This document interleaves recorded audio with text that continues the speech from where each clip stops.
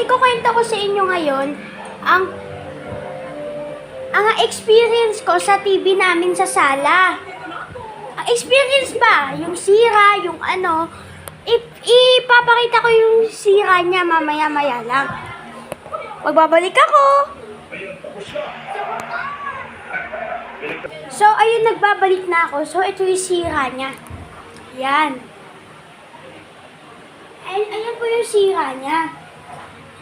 Dati po, Divan pala pangalan ng TV namin. Tsaka, umaalog pala siya. Umaalog siya dati, ngayon hindi na. Nung wala pa siyang guhit-guhit, binuksan ni Papa itong likod para ayusin. Oo nga pala, para sa mga nagtitiktok dyan, bumili na kayo nito sa TikTok lang. So, yan yung sira niya. So, nung inayos na ni Papa, hindi na umaalog. Ang problema lang ito. Yan o, yan. Yan. Nakikita niyo naman, di ba? Yan, nakasubscribe ako kay Sir Gavin. Yan, Android box. Hashtag sa mga gumagamit ng Android box. Tsaka may smart TV dyan. Yan yung experience ko sa TV namin. Yung experience ko dito, minsan kasi, nung dati wala pa itong guhit, yan o, diba? Maalog-alog siya, parang nahihilo ko. Parang ang akala ko nga sa mata ko lang eh. Yung pala sa TV na pala. Ayan o. Gumaganon-ganon yung screen. Tapos nung kasi hindi lang umaalog nung may ganito na yung mga guhit. Umaano na siya, naglalag. Parang cellphone ba, naglalag? Naglalag siya na, parang ganun ba?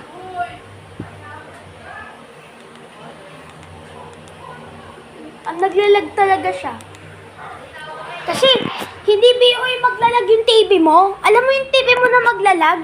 Pero alam nyo guys, si Papa, hindi inayos si Papa yan. Inayos niya lang nung umaalog-alog na wala pang mga kulay. Ayan. Inayos niya nung wala pang mga kulay-kulay. So, yun yung ginawa ni Papa.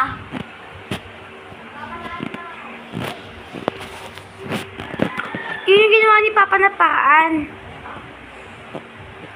Nung wala pa siyang kulay, inayos ni Papa. Ulitin ko, nung wala pang kulay, inayos siya ni Papa. Nung may kulay, umaalog-alog, naglalag. Pagkatapos ng ano ba to? Mga December 3 yata, nagsimula na yon. Ano bang date ngayon? 6, di ba? So, alam nyo, tapos, nawala bigla. Kahapon lang nawala. Pagkatingin namin ni Mama Papa kahapon na, wala na pala. Oy, wala na pala yung naglalag, aalog-alog. Kasi guys, alam nyo guys, ayan TV namin, ilang taon na rin sa amin yan, 9 years na rin yan. Hindi ko alam kung kailan ba yan binili, 2020.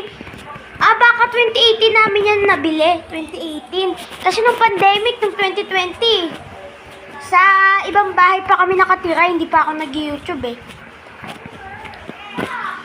Yun yung bahay namin dati na sinabi ko na sa bahay namin at sa experience ko sa teacher, sa Ninita Extension. Ilalagay ko sa description yung kung nasang nakalagay na playlist yun. Ilalagay ko doon. So guys, ngayong araw kasi, napakaganda naman talaga ng panahon ngayon. Kaya dapat lang na mag-relax tayo. Tsaka alam nyo guys, ang pinaka-importante, iniingatan nyo yung TV nyo. Paalala sa mga bata, huwag nyo hahawak-hawakan yung TV o kaya magbabato-bato kasi matamaan yun kasi yung TV hindi siya totally matibay talaga. Mahalaga, ang paggamit, iniingatan. Diba yung sinasabi ng mga magulang natin, sabi rin ng Mama Papa, na ingatan ang gamit kasi lahat ng gamit, pagtanda mo o kaya pag binata ka na, mapupunta sa'yo lahat ng gamit mo. Kaya, ang take ko lang sa mga bata ngayon sana, ang mga gamit nila ay ingat-ingatan o kaya yung mga binili ng magulang nila. Wala na aircon na yan. Halimbawa, laro kami ng mga pinsan ko dito. Mga pinsan kong Gonzales, si Ate Rachel, Di ba pinakita ko na siya sa video ko? O naglaro kami ni Ate Rachel. Tapos, ang nangyari, hindi namin sinasadya nasagi namin yung aircon. Kasi, halimbawa, kasalanan ko kasi hinagis ko yung bola. Di ba, papapagalitan ako. Ibig sabihin, iingatan mo yung gamit na na yung pinahalagahan ng magulang mo. Kaya binili niya kasi balang araw sa rin yan. So, ayan, dito na nagtatapos ang aking video.